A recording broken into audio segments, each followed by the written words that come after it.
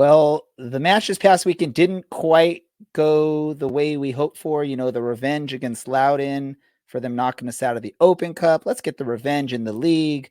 We've now seen them. We can get it back. And unfortunately, we couldn't do it. And we lose again to Loudoun United. A lot of crazy stuff with this match. I'm sure there's going to be a lot for us all to talk about. Let's go ahead and get this thing started. Welcome to the Podcast of Champions. This is the Orange and Black Soccer Cast.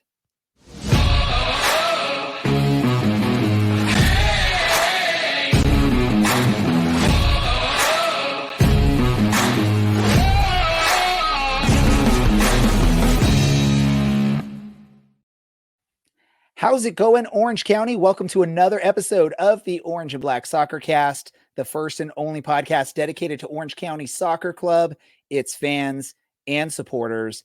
I'm your host, Ray Samora. If you didn't know that by now, then where have you been?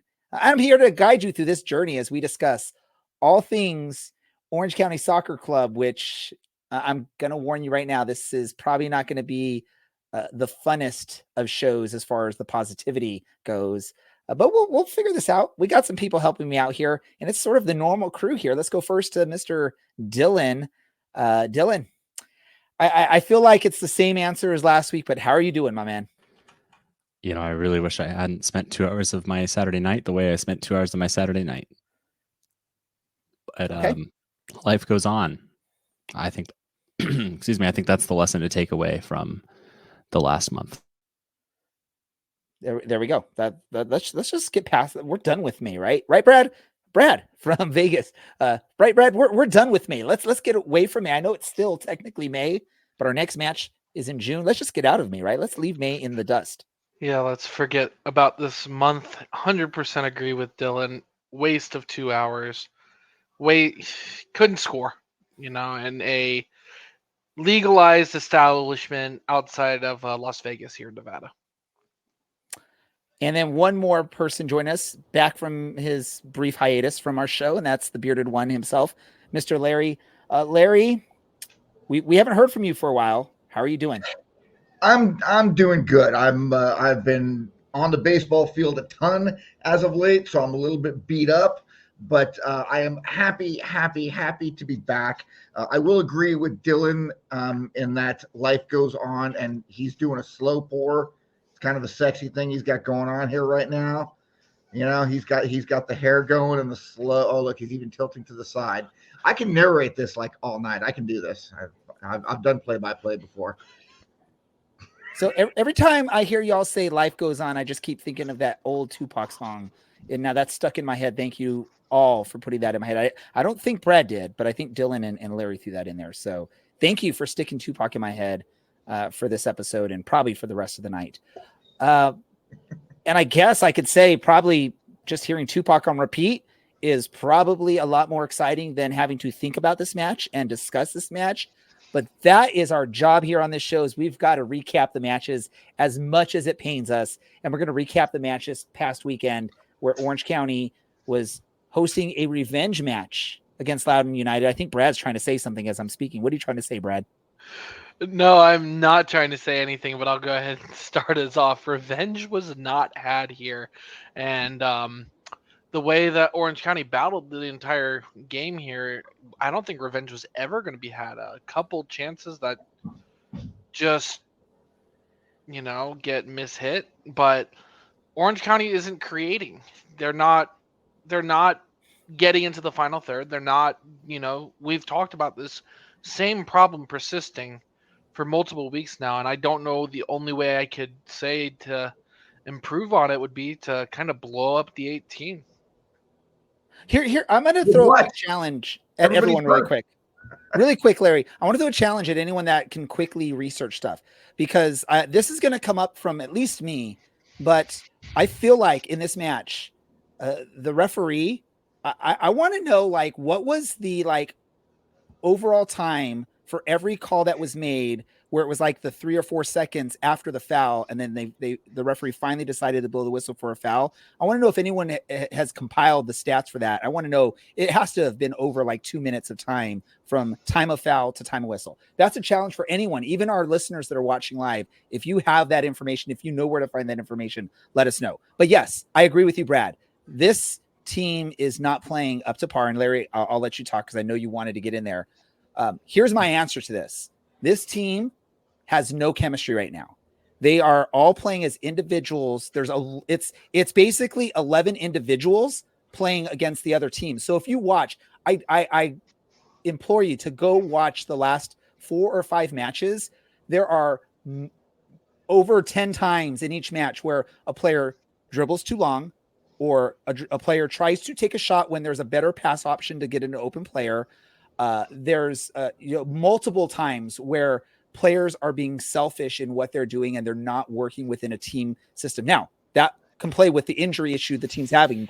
It's a roster and it's a lineup that's just basically, let's fill in the pieces and hopefully this will work. But that's what we're seeing from this team, especially in the month of May, a team that has no cohesion and that is playing individual ball, and that's not going to work as a professional in soccer. Even if it's tier 2 soccer, it's not going to work in the professional ranks. Larry, I'll let you speak, and then we'll go to Dylan. Dylan's been patiently waiting. Thank you for following. There are, for starters, we cannot win a game with only 13 players, and that's what we have. We have 11 starters. We got 2 guys on the bench, and then there are 5. And sorry, I know every one of those 5 players are a better soccer player than I could ever dream to be, but then we have 5 children on the bench, and it is not going to work. Ray, you hit it perfect. There is no cohesion. There's a lot of individual play, and there are some individuals who are playing amazing. Brian Olofsky has been fantastic this entire season. Kyle Scott has been as good as anybody in this entire league in that position. Man, but 11 guys not playing together and just playing individually is not going to get it done. And then, coming off the bench this last weekend, Ethan and Sophie. And then when the next thing you're bringing off the bench is a 17-year-old kid he's 17. He's 17. Asensio, Kasipli, Dogman, Powers, Partita, Foxy. Who else am I missing? Is that everybody who's injured? Everybody. 6 players who not only would be in the 18, but half of them would be in the 11 on a week-in, week-out basis. So I don't want to hear anybody blame the referees for this loss. There were some garbage calls by the referee, no question whatsoever. Unarguable. Okay? But look at this shot here by Bryce. It's a great move and a terrible effort to dribble the ball straight to the goalkeeper without really anything behind it whatsoever. I don't know what fixes this team besides getting these 6 players back and getting them back healthy and getting them back soon, because right now, this last month or so, this has been an absolute nightmare. It hasn't been fun to watch. I don't think anybody's having a good time right now. Before you speak, Dylan, I'm just going to say this. What do you have, Larry, against 17-year-old Marcus Lee?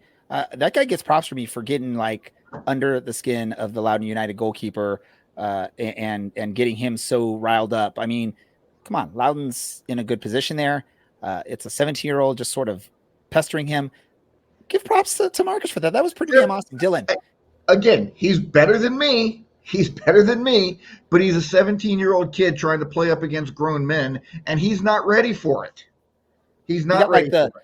We should create Dylan. We got to find a way to do this, like the Rob Kiernan, blank Housery Award, and we can award it to a player each game. And I think Marcus would get it for this match, right? Yes. Should I continue, or do you just want a yes or no answer? No, I want you now, since everyone cut in front of you to talk about this match. Go for it, Dylan. I'm going to start with positives. Marcus Lee is a kid. And he said, yeah, you know what? I'm going to go ahead and step on this guy. Well, actually, he said, I'm going to get stepped on. And you know what I'm going to do about it? I'm going to step back on him. And I'm going to wind up the other team. And we're late. We're trying to chase. We're trying to get back into something. Yeah, wind up the opposition goalkeeper, make him start thinking, is he going to step on my foot every single time that there's a set piece here? Just get under their skin a little bit, cause problems. He's lightning quick. He can cause problems that way. He can cause problems by getting under their skin. Great. And honestly, I'm happy to see generally the youth academy working. He's clearly kind of the next key. He's getting minutes here and there. He seems to deserve them. He did well in a minute cameo in which Orange County offered very little going forward.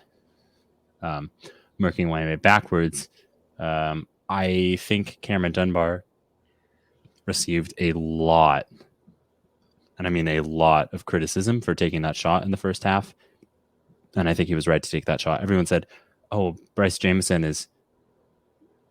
he's open. There's three people between Cameron Dunbar and Bryce Jamieson in that situation. I think you take the shot every single time.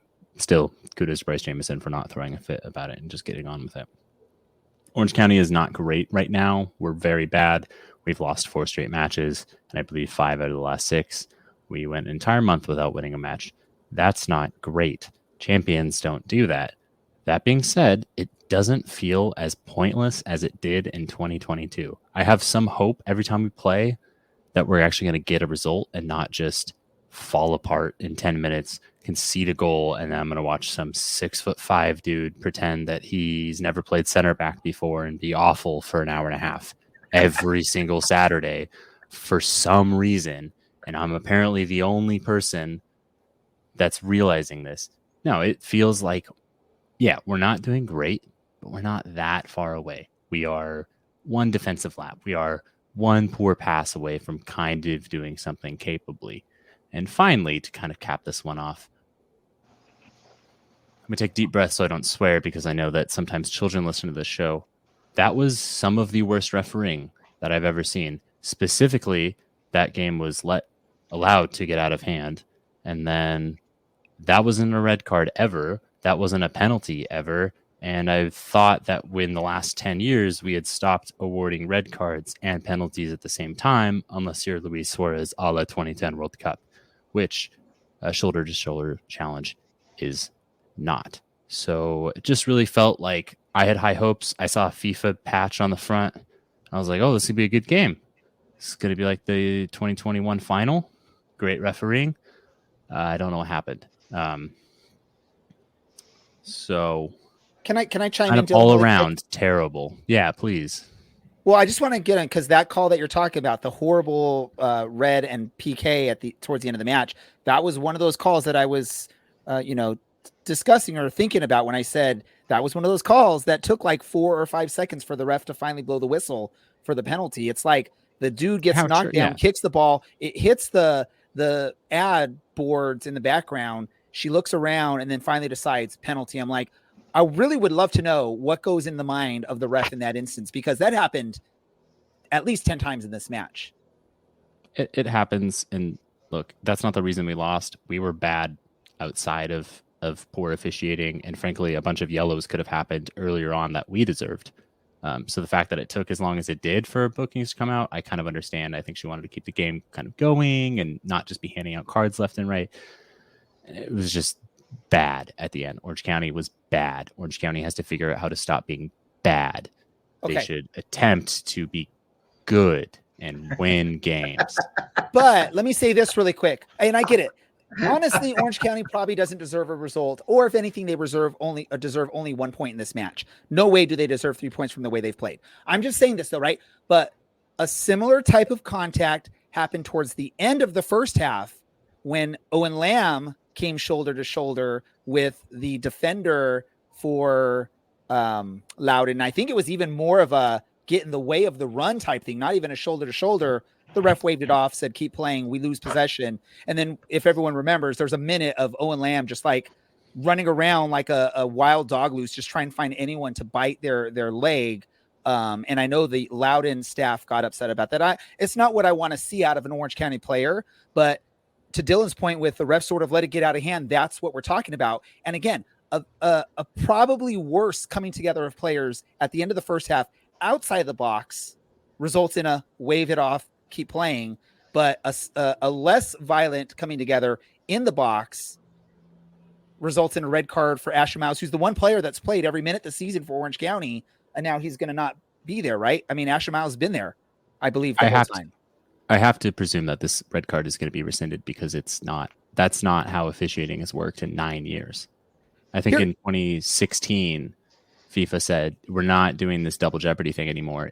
If it is a genuine attempt to do something other than like injure an opponent, block the ball with your hands as an outfield player in the goal, it's a penalty and a yellow, but we are not going to give a penalty, which is, again, basically assured goal. The XG of that is 0.74, and a red card because that is too harsh for the action. It is ultimately a contact sport. But the other side of this that really winds me up is this is a contact sport, and it isn't necessarily let players get hit in the head week in and week out. That's the thing that winds me up about this, because if Owen Lamb makes contact with one of those Loudoun players, he has every right to go off, because at that point he's lost his head. He's at this point just trying to lay one on somebody. It makes sense. I get it, and I've been there. You have to stop him there, and you have to pull him aside and say, if you do that again, you're off the pitch. And that goes for everybody else. So go ahead and let everyone know. Instead, you just kind of let play continue. Thomas Amon gets headhunted multiple times in this game. And at what point do we stop and say, hey, this guy needs to stop getting hit in the head every single week? You know, plenty of people make comments. He was trying to tell the ref that on the sideline. If you watch the stream, he was actually in the face of the sideline judge. Mike Watts brought it up multiple times saying, wow, I've never seen him this mad before. How many times does he have to get hit in the head week in, week out before something actually changes? And we start pretending that there's like this thing called player welfare, because head injuries are super serious, and he's now taken 2 in a week. And maybe it was just blood both times, but eventually someone's going to knock him unconscious, and that's going to be a lot more serious of a situation. But when you don't punish minor things, this is what happens. I want to talk about the tactics and what's going wrong for each other, but I have one other question that I cannot seem to get answered anywhere. And my question is a 4th substitution window for Loudoun in this match. I get it. The match is over at this point, but I cannot find anywhere of a clarification that any of those subs were due to a concussion. The closest thing I found is one of the subs was due to injury. And that's per the report from USL Championship. I reached out to USL Championship to get clarification on this, just so that we could be honest. And if they could give us an answer, we would say it and we'd be done with it. But I believe this happened in like 2020, where I think San Antonio was involved in a match where a 4th substitution window was used, and the league said, well, it didn't impact the spirit of the game, so we're not going to do anything about it, type thing, right? What I'm just going to ask, and anyone in the comments, if you have anything that can prove what's going on. I still don't understand how a 4th window was used by Loudoun in this case. And obviously, I don't think there's anything that Orange County can do in this, but is there something Orange County can do to appeal the result and make Loudoun come out and play another 2 minutes of soccer and make them spend money to do that? Well, so the refs actually don't enforce how many substitutions happen. So if you wanted to make 1 substitution for the 7 subs that you have sitting on, great. Go for it. They're not going to stop you, because that's actually not their job. It's the job of the technical staff to keep that from happening. It's probably not a great look for Orange County to go after that. But that being said, in this situation, because it benefits Orange County so well, and because the rules of the game and the laws of the game have been applied so haphazardly through this 98 minutes anyway, yeah, why not? Make them forfeit the game. I want a 3-0 win, and I would like to get 3 points from a possible, 12 in the league? 9 in the league? I don't know, whatever. Let me be biased. I'm a homer. That's why you're here. Let me ask this. I'm going to ask. I want your opinions, Brad and Larry. Would you be all for Orange County asking for this to be overturned and pick up a 3-point win from that? If there's justification for it, sure. If it's a weird question. The guy came on for 11 seconds. It has no effect whatsoever. Which that makes it even more of a thing to do, because there was no need for them to do that sub at that point anyways. So they went and basically broke the rules in the final 10 seconds of a match. Let's put it on them for that. I'm all for it, man. Keep in mind, sometimes things get lost in a shuffle, and maybe, I don't know. I don't know. I'm spitballing. Maybe somebody just lost count. Literally, maybe somebody just lost count. Now, then fire that person. Loudoun shouldn't have lost count. The head coach shouldn't have lost count. He should know how many subs he used. And the referees should know how many subs they used as well. But sometimes things just get lost in the shuffle. I don't know what happened. I have no clue. I don't know what the rule is. I know you get X amount of windows and X amount of players, and they went over by one. But it was for 11 seconds. Should they have to forfeit the game because of 11 seconds? Yep. Dylan's yes. As somebody who officiates sports, it's not going to happen. That's not going to happen. What? I would like the 3 points as well. I would love to have the 3 points. Thank you. I want to hear your point on this, Brad, but this goes down. This is similar to like the whole stadium thing where me as a representative of the podcast went up to the city because it's my right to ask for a public records request in the state of California. And I requested as many public records as I could about the stadium. Hey, guess what? I still get some records every few months from the city of Irvine from that whole incident, even though that's all been resolved at this point. So this is where I come from. When you hear me on this is, hey, they messed up. There is no need for them to sub with 11 seconds left in this match.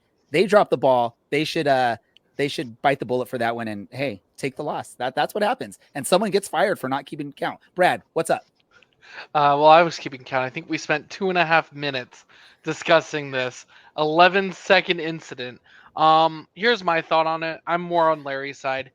If we 100% saw it during the game and said something, then sure, you have grounds. But the game's over. You can't go back after the game and say, hey, this substitute plus, it's not going to happen. Nobody's going to look at that and be like applying the rule of the law to the T. I don't think there is precedent for such an issue in the USL Championship. Well, there sort of is. It was the USL Championship saying, hey, we're not going to worry about it. Look, let's just make bad faith arguments, okay? That is why you listen to a sports podcast. That's why you listen to sports radio. This is so focused on one team. We're here for bad faith arguments only. Come on. Don't bring logic into this. I'm the heel of the show at this point. I predict losses, and I do bad faith arguments or good faith arguments. Yeah, right, get him out of here. We got to do this. We got to actually talk about the game a little bit, and then we'll get into our preview. The benefit of not having a guest to talk to really is because now we can spend a little bit more time with some of this fun, fun talk and arguing with each other. Hey, I feel like we're back to 2022, beginning of 2022 soccer of just hoofing it down the field and hoping that that results in something.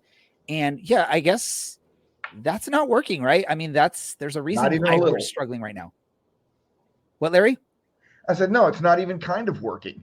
And in 2022, it didn't work. 2022, we scored goals because we had that Iloski fella who was pretty good at putting the ball in the back of the net, but we don't have him right now.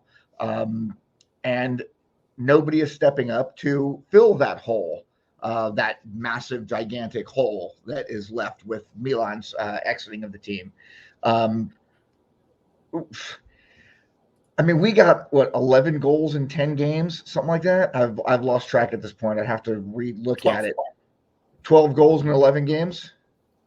I believe if Mike Watts was correct on the call, I believe late in the match late in the first half, he's mentioned something like we scored 12, we've conceded 12, but I think we conceded a second one in the second half. So I think now we've scored 12 and conceded 13, but I'm not looking at the stats. I'm just going off of what I heard. That's exactly what it is. We've scored 11 goals in 12 games. 12 goals in 11 games. That's bad. That is not going to get it done. Not when you've got freaking Charleston over there with 27 goals and Louisville with 28 goals and people putting the ball in the back of the net. We've got to find a way to score some damn goals. Great. Our defense is, doing pretty damn good and, only giving up 13. 13 goals in 11 games is good. It's excellent. But they've got to find a way to get some more cohesiveness in this offense, start moving the ball around more. And maybe it's just not the right set of players. Maybe those players that are missing right now, Kasipli, Partita, Powers, maybe that's where the disconnect is the lack of having those guys. Because if you think about it, we haven't had Partita for a month. We haven't had Kasipli for a month. What happened in the last month? Nothing. Well, and don't forget, Dogman's been in and out this whole past month. Dogman's been in and out. And Ashish is not a left wing back. Yeah. As good Brad, as he is. Yeah. I keep seeing you wanting to say something Yeah, there. go Try ahead. to- Yeah, no, I'm gonna go ahead and jump in and just continue off of Larry's thought. We all agree here. I think we're missing a striker. We're missing whoever's gonna put the ball in the back of the goal.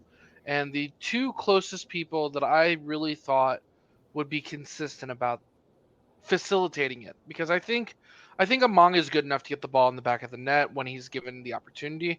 We're missing that facilitator, the dogman role.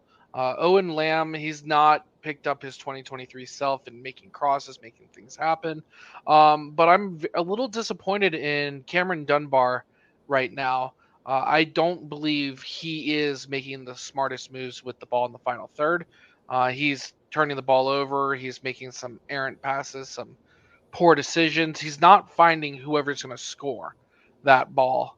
And then Bryce Jamison's doing everything right. I think he looks our best on the ball dribbler, on the ball player, but he's not making that correct final decision. We saw in the matchup last week against Loudoun that he would get the ball right to the top of the box, and then he would make the weakest shot easy save for the keeper. It's not how we've scored goals. We're not getting free kicks in the final third. We're very easily dispossessed down there. And we're not taking advantage of the fact we have some good free kick takers. We have Marcus Knockham, who is tall and has scored goals off of crosses either. It's not the way Orange County has played over the last month and a half. From the first month of the season where we did have, I think it was like 10 goals in 5 games. Yeah, I'll say this, Brad. You know how you correct that is you get some refs that actually will make calls when we're getting fouled outside of the box there, and then we'll get those free kicks. All right, now you've gone too far, Ray. Get out of here. Too far. No, I'm not leaving. This is what I am. You all know this. Everyone comes and knows this is the way I'm going to talk, and that's why they like to listen to this. Because sometimes I say stupid stuff. Dylan's just up there. No.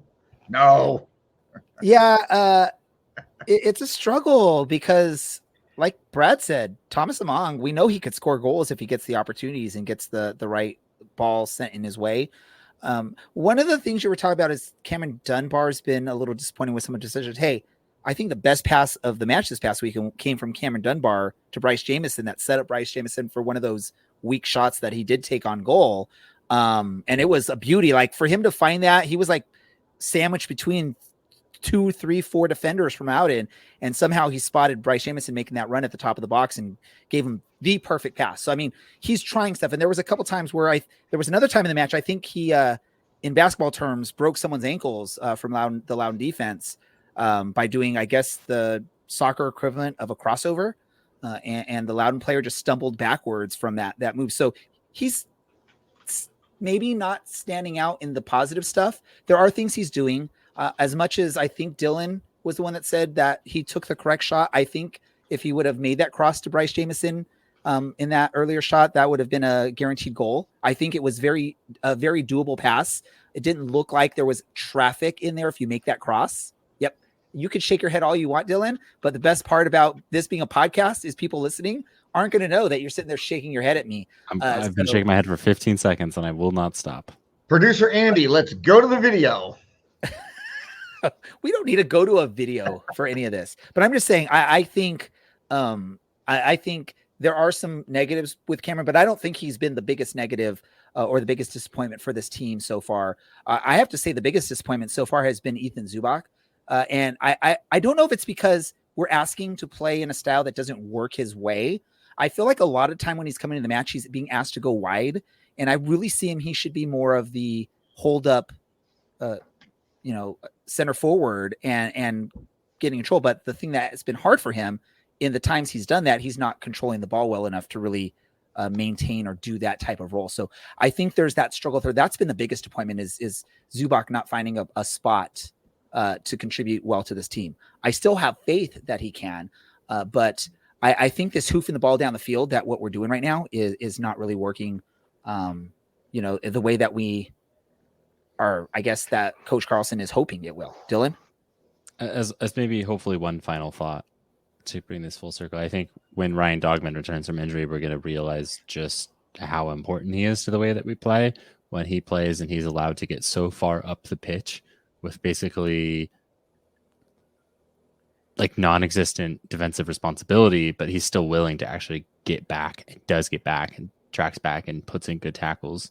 Other teams have to set up and we can kind of pin them back further because their fullback or their winger knows, hey, the second they get the ball, this guy is flying up the pitch and they're going to find him. And then it's just get the ball out wide. You shift the whole defense over to try and accommodate for a wide player being that far up the pitch, and then across into the box that someone can tap in or head over or sky. It doesn't matter. He's going to do that 4 or 5 times a game, and there's nothing you can do about it because he's better than you and he's faster than you and he's quicker than you mentally.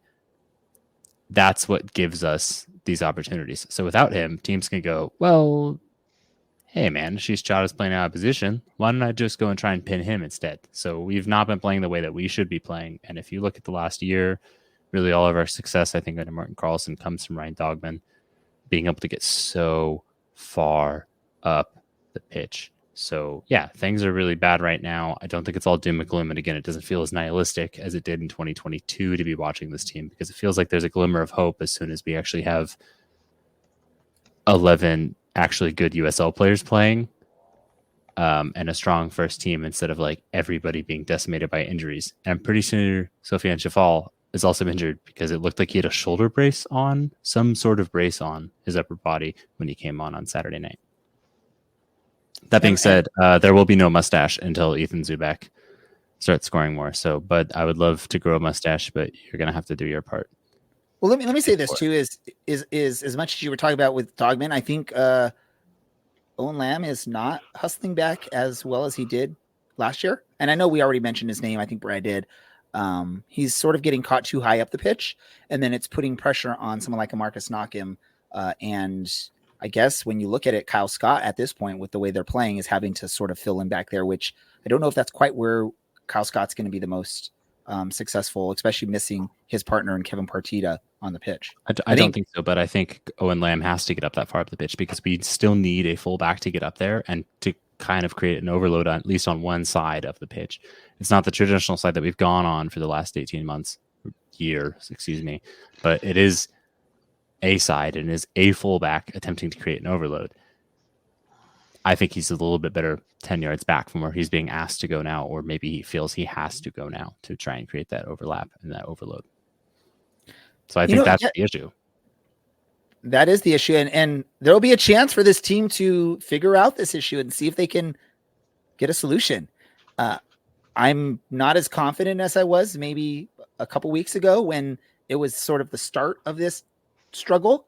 We're getting to the point now where I'm going to need to see it. And to do it, they're going to have to face and get a result against a pretty decently tough team from the Eastern Conference in Detroit City, right? That's who they're playing next.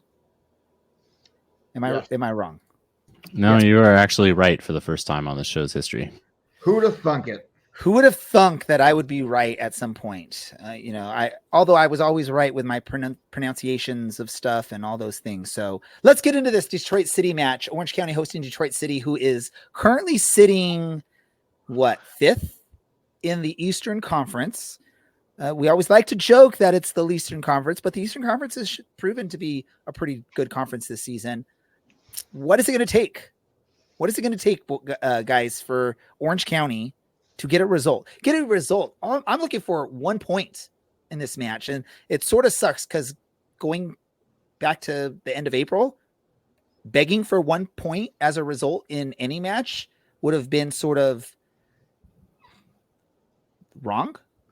But that's where we are at this point. We need to just get a result to figure out stuff and get more of a positive flow going. Larry, let me go to you.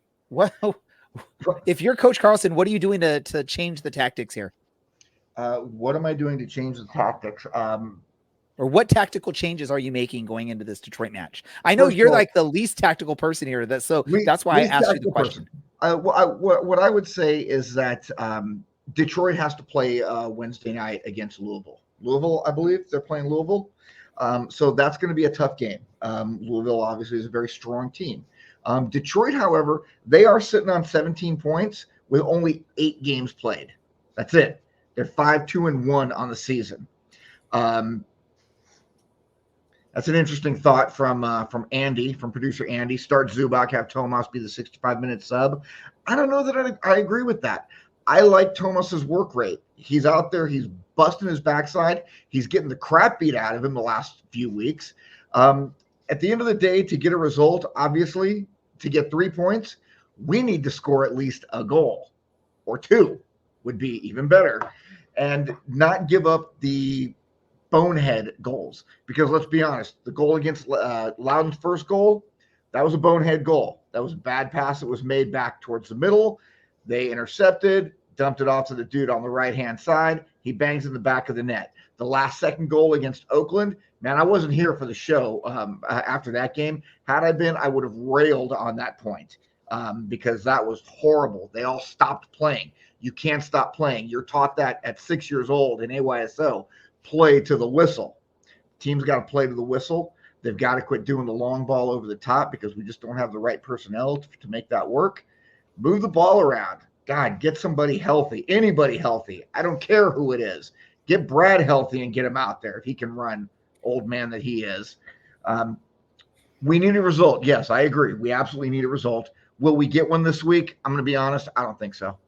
Larry, can I just say the fact that you're talking about Detroit having to play a midweek match coming into this one, that doesn't bode well for us. Look at the last 2 opponents that we faced that played midweek matches. Loudoun, who faced LAFC in the Open Cup and then played us, and then Lou City, who played, I believe it was Rhode Island, and then played us. And in both instances, it didn't look pretty for Orange County. So let's not look at that as sort of the positive going into this match, because it really at this point is proven to be not a positive for Orange County. My hope is to maybe take advantage of the fact that Detroit's going to be a little bit tired after playing this match against Louisville, but it hasn't worked out yet. This is my hope.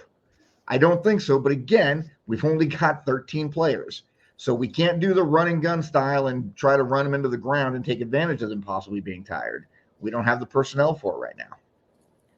Now, I'm going to let Dylan and Brad, if either of you have any thoughts on Detroit City. I obviously we're an Orange County SC podcast, so that's what we focused on. But you two tend to actually sort of stay up to date on some of the other teams in the league. Is there anything you've heard or know about Detroit City that is scary for us Orange County fans? I mean, starting off with Detroit City, you can't really talk about them without Nate Steinswasher, their goalie. He's had some really good games this season so far, made some good saves. He's been kind of a fixture in the league for quite a while as well. Look, Detroit's only allowed 7 goals in the 8 matches they've played. Cameron saying Detroit style pizza is underrated. I definitely agree with that. That is a good take from Cameron. No, dude. Okay, this y'all got to get out of here. Get out, dude. I love going to Little Caesars and getting their Detroit style Kick pizza, deep dish pizza. Come on, y'all. Y'all can't. This is the Dylan and Larry show at this point. Get out. Wait, you're kicking me out? Yes. Andy, do your thing. Anyways, continuing where I was, Detroit's a very physical team. They're going to cause problems. They're going to have a very sturdy back four. They're not going to score as much as other teams in the East. And I believe the East is very top heavy. But Orange County is going to be up to the task. I don't see that this is a game that we can win unless we find a way to fix that midfield, to fix the passing. And with the injuries that we've laid out a lot, Maxi Rodriguez is a very good guy as well. There's nothing I can see us doing, improving in terms of scoring. Who's going to do it? We talked Zubac playing first, starting the game and then going to Among. Well, I agree with Larry. Among's had the better work rate. Among's scored goals, and I would love to see him go back to the physical demanding brute that he is, especially against San Diego last season. That was a game that we look back very fondly of, but it's not happened this year. Well, I mean, dude did like backflip and like kick the crossbar with his heel, so he's being physical out there. Just isn't quite working. Dylan, your thoughts on this Detroit City match for Orange County? What hope? Give us some hope, Dylan. We need some hope in this. Yeah, my hope is that we're not playing at Keyworth, which, fun fact, I think was the first. I know it was opened by FDR. It was like the first public works part as part of the New Deal, opened by FDR in the 30s. No one cares about this. I think the thing that saves us here is we're not playing on turf. We're not playing on some incredibly weird, tight pitch that's surrounded by a railroad track on one side. The biggest thing I think is that Orange County is going to have their fans and support. And if there's anything that's going to turn this around with and this is no disrespect to the 18 people who are going to be named on Saturday. This is no disrespect to them. If there's anything that's going to turn around this not first team that's been playing, it's going to be the fans getting behind the team anyway. And I think this is kind of the key here is, yeah, we're not great. It's a new month. It's time to step things up a bit and do something new. This is a prime opportunity to do so. They're going to be away, and I think that's a huge thing because and this is a hot take, I don't think Detroit's actually all that great. I think that they do well because they play in a really difficult atmosphere to play in, but I think that only gets you so far. It's time for Orange County to kind of buck that one up. And again, it's probably not as bad as it seems. They're just missing a few major pieces, and that's causing a lot of problems. So we've had a month to try and figure out how to win. We've had a month to figure out a bunch of ways to lose.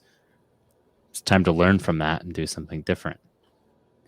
And I'm going to say, Dylan, you gave yourself a little bit, or you took away some credit from yourself, because there is a listener that probably would be interested in learning about FDR's New Deal and Keyword Stadium. Hi, Cameron, you know, he probably already knows. I don't need to tell him.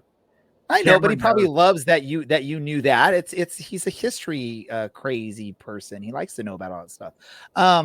Yeah, I think I like hearing what all y'all said. Some of y'all had some really good points here. I think the fans need to come out and forget about May. Let's just push to the back of our mind, get out there, support the team. There are players out there that are at least trying to do stuff, whether it's the right way or not. They're giving it. They're putting some effort into this. I mean, Thomas Among is looking like he's really trying to get some goals in the back of the net out there. Kyle Scott, as much as you always know, I always talk about this. I love aggressive players that I don't mind getting the yellow cards because players are playing aggressive. I think Kyle Scott's getting a little frustrated at this point. There's a difference between aggressive and frustration. But part of that frustration is coming from he's trying and he's doing what he can try and do out there. He's just missing his, partner out there in Kevin Partito, which is really hurting him. Seth Kasibli is really hurting. Oh, wow. I say 75% smart stuff. See, this is probably actually the first time you have said something smart in the show. I'll agree with you on this one. Again, this isn't as bad as things were 2 years ago. We're half a step behind every single challenge, and we're trying to compensate for so many things, and it's understandable, but it's not all doom and gloom. And I'm going to take a deep breath because on Saturday night at 9:15 it didn't feel like this, but it's not even June yet. We have time, and we have not fallen that far off. All right, let's go to this. We just have to be in the top 8, and we can still win a cup. We can. That's the beauty of the USL Championship is top 8. You can make the playoffs. If you get a good run, you can win the cup. Let's do some predictions for this match. And in your predictions, if anyone has a last thing they want to talk about this match, go for it. Before we do the predictions, go for it. This is a sponsor. Everybody, we have made it. The Orange and Black Soccer Cast has made it. And thank you to El Jimador. We're so proud to announce this section of the show, Score Predictions, is brought to you by El Jimador Bebidas, a sponsor of the USL Super League, which kicks off this August. El Jimador Bebidas is a deliciously crisp malt beverage that serve up a vibrant tequila-inspired flavor, perfect for any occasion. If you're watching along, you see everybody taking a big fat sip of theirs right now. Tonight, this perfect occasion, Score Predictions. So, gentlemen, please, Brad, then Larry, then Ray, will you give me your score predictions, what flavor you tried, and your thoughts? But before we do that, we need Brad to share with us what the standings are, so we know that is. But we'll do this, right? I mean, we could have gotten there afterwards, but yeah, sure, whatever. I really We've all been like drinking El Dylan's- Humidor, so it's not going great. So yeah, this week I am gonna give my score prediction with lime margarita flavor. You know, it's pretty good. I could definitely drink this on the poolside. I do like the agave nectar that it is made with. Very sweet. Tastes like a lime margarita. The only thing it's missing is tequila, which I'm going to add next time I have one of these. Score predictions where we're at right now. Taylor is still in first, winning a couple points on the week. I have jumped into second somehow with a prediction that a lot of you guys gave me a lot of flack for last week of saying we were going to lose again. You know, and I'm probably going to continue that. Michael remains in third with a solid 25 points. Wait, Brad's in second, like overall? Yes. Okay, I'm gonna go. Okay, I'm losing my mind here. Go for it, Larry. I tried tonight the pina coconut margarita. It is not. It's not the worst thing I've ever drank. It's probably going to be pretty good, like Brad said, sitting out by a pool. If you are a 23-year-old girl in Las Vegas, this is not the drink built for a 55-year-old man who's bald with a great big white beard. But I have some, and I will drink it because I like me a cocktail every now and then. As to prediction, I'm wrong all the time this year. I'm terrible this year. I'm in like dead last place, I think. I'm pretty darn close. So, having said that, I'm going to go 2-0 Detroit. Perfect. Well, I'm giving my prediction. I've got just like Brad, I'm on Brad's team right here with the classic lime, classic margarita flavor. Yeah, it's I agree. I could picture myself going down to Laguna Beach, setting up a chair, letting the kids play in the water, my wife and I with a couple of these drinks. My wife actually liked the grapefruit Paloma. That was one that she liked. So I could picture us both popping one of these. Obviously, we're not supposed to at the beach. So we would find a way to not let it be seen that we're drinking something like this. The cool thing, though, I think, is like these cans are actually made really well, too. Like they don't look like they're beer, or they look like a Sprite or something like that. So maybe it's something that you can utilize. I'm not condoning. I'm not saying to do it, but that's something that we will do. But yeah, my prediction. My 5-0 did not work last week. I'm going to switch it up. Wow. Shocking, Ray. You ready, Dylan? 5-0 Orange County in this match. 5-0 Orange County. I will drink an El Jimador Bebida to that. Well, I will drink any number of things, but specifically this week, I will drink an El Jimador Bebida to that. Thank you, El Jimador, for sponsoring this section of the podcast. Oh, cool. And I thank you for everyone that's been throwing in their predictions as well. Although Cameron's is a little weird. I don't quite understand. Is the El Jimador beating us? I guess that's. I think Cameron's it's thing. because we're a little bit toasty this week. Off of 5% El Jimador, I don't know. We're all lightweights, baby. We don't drink anymore. You got it. You got to round. Mold. 5.9. 5.9. So it rounds to 6, Brad. Let's do this, Brad. I want to hand it off to you. I think, right? Because we have something else we have to talk about, or no? Yeah, I haven't given my prediction. I don't know if Larry gave his. I'm gonna say 3-1 Detroit this week. I'm gonna go with just more sadness. Anyways, moving on. We have wonderful news to announce. You know, we talked about how it's finally the end of May. We're moving on into June, and for us here at Orange and Black Soccercast, it's Pride Month, and not only is it Pride Month, Playing for Pride is back once again in 2024. That's right, you heard it here first. The competition is already live. I believe we have sent out a link in the Discord, and I think on X. Same rules as prior years. We ask that you make a donation to Athlete Ally, which is a cause that we all support and have donated in the past as well. There are values associated with every player, so you're given a budget. It is not inflation proof, as Russell pointed out in the Discords the other day. You get $13. Each player is worth a value of 1 to 5. Your players where 0 are going to be your rookies who will make the 18 or are on the roster, or players that are injured that probably won't be back in June. Those players are like Ben Norris, Ryan Ayub. Those are your fill in the back end of your roster players. For if you wanted to take a couple of 5-point players, those players are this season Ryan Dogman if he does return healthy, and Thomas Among. You're most likely to either assist or score on the pitch. The rest of the players are 1, 2, 3, or 4 values. Go ahead and check it out on our Discord, on our Twitter, to see the full list of players. You're given $13 to pick 5. You earn points throughout the month based on the performance of your players. And at the end of the month, we can proudly announce the team has offered us a couple of prize packages that we will share with you guys later on for our first and second place winners. And I might add a scarf if the team has a scarf for third place this year. So go ahead and start getting those predictions in, and go ahead and start letting us know who you guys chose for 2024 playing for Pride. Perfect. And anyone that has been following us since the very beginning, when it was just Dylan and I, this is a cause that we have supported since day one. Literally, I think we started our podcast in and around June of 2018. And this was one of the first things that we really both wanted to support, and we've been doing it ever since. So thank you for everyone that participated in the past, and for those that are going to participate this year. Again, we just ask that you make a donation of your choice as far as monetary value to Athlete Ally as part of your participation in this. And again, the club has been nice to give us some stuff that we can give out to some of the winners.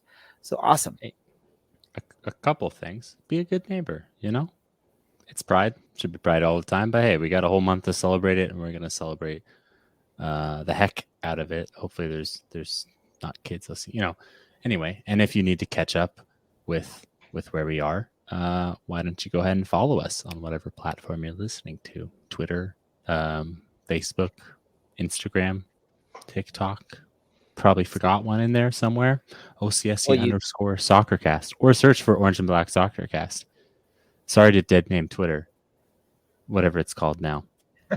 For people, I care, and I do a really good job. But for some horrifically transphobic jerk, I don't really care about his website. Oh well.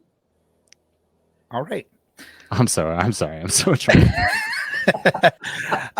Let's do this. It's time to sort of get things wrapped up here on this episode so we can stay under the time allotment that we have. As always, because I'm here, we're going to wrap it up by doing what did we learn in this episode. I'm going to start it off because I learned a really interesting fact in this episode. I learned that 75% of the time I'm smart. So that is what I learned today. Thank you for the listeners that participated in the poll. I'm smart 75% of the time, Dylan. So you got to take that and live with that. Dylan, what did you learn in this episode? Hey, Andy. Can I interrupt really quick? Yes, please. That 75% number was 75% of the people who voted in the poll on YouTube said that you say smart stuff. Not that you say smart stuff 75% of the time. Just want to be clear, because there's lies and there's damn lies and there's statistics. Okay, so 75% of the listeners think I'm the smart one. 25% think the rest of these guys are the smart ones. Dylan, what did you learn this episode? You know what? I don't know if I learned anything. I learned that I probably shouldn't be drinking 2 malt beverages before the show because things are probably not going to go super well for me. Perfect. Larry, what did you learn tonight? I learned that I am all vibes, no tactics.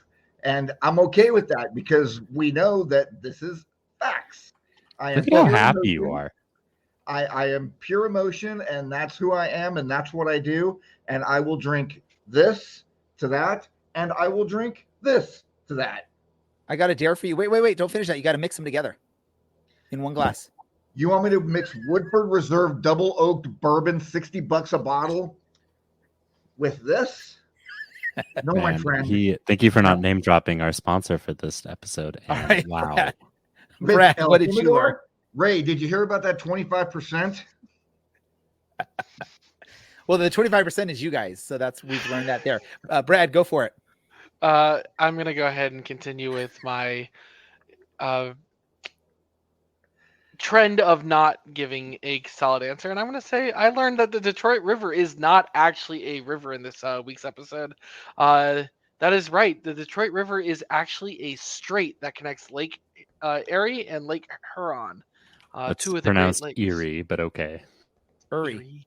I don't say anything right. I like Lake Erie. He sounds like he's from St. Louis. Lake Erie. Thank you, Brad. Really quick before we wrap this episode, I know we're a soccer podcast, but we like sports in Southern California, and a great sportsman from Southern California, San Diego relation, UCLA relation, and people in Portland San probably Francisco like the guy too. relation. San Francisco. There we go. Bill Walton passed away Rest in earlier peace today. To the world's tallest deadhead and occasional basketball commentator. Truly, everything I've seen about him this week, or today, excuse me, has been nothing but positive anecdotes. And truly a dude who just embodied being a good person and being a good neighbor, and perhaps the Grateful Dead's greatest lesson, and something I harp on all the time, being kind. Myself, as a Clipper fan of the late 80s and throughout that time, Bill Walton, I never got to watch him play as a Clipper, but I always heard his voice on the broadcast with Ralph Lawler, and hearing him say some of the fun things that he said before he became this nationally recognized color commentator was amazing to see. And he was always a positive guy, like Dylan said. He was a great person, and he definitely will be missed in the sports world. He was awesome. So I don't know, Larry, Brad, if you have anything you all want to say about Bill Walton before we wrap this up. Being a huge UCLA basketball fan, what a loss to the world in general, because this man was awesome. He was great when he was at UCLA. He was great when he was on the court as a pro, and injuries cut his career a little bit short. But even with that shorter career, he was still named to the NBA's 50 greatest players of all time, and he absolutely, without question, was. Yeah, I mean, he continued his great career broadcasting. I don't think the Hawaii Diamond Head Classic is going to be any better now that he's gone. I think he made the broadcast crew of the Diamond Head Classic every year just so much better. Just something about seeing a slim 7-foot guy in a Hawaiian t-shirt talking about basketball on the screen. Bill Walton was a true legend in his own right. The big redhead himself. We're going to miss Bill Walton in what he does and what he brought to the sports world. Again, because his ties to Southern California, that's the reason I wanted to bring that up and just say rest in peace and condolences to his friends and family after he battled. He lost at 71 years old due to cancer.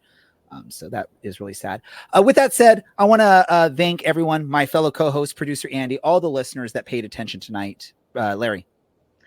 Before we sign off, I would like to give a shout out to Kevin and Mona Partida, who, if you pay attention on Instagram, announced baby number 2 is coming in October. So congratulations, Kevin. Congratulations, Mona. I'm very happy for both of you. Little Thiago is going to have himself a baby brother or a baby sister in just a couple of months. So that's awesome news for you both. Congrats. Well, thank you so much for remembering to say that. I almost forgot. Well, I did forget. So thank you very much for that, Larry. Again, thank you everyone for participating in this episode. With that said, this is the Orange and Black Soccer Cast. And instead of saying we're out, I'm going to say, throw it down, big man.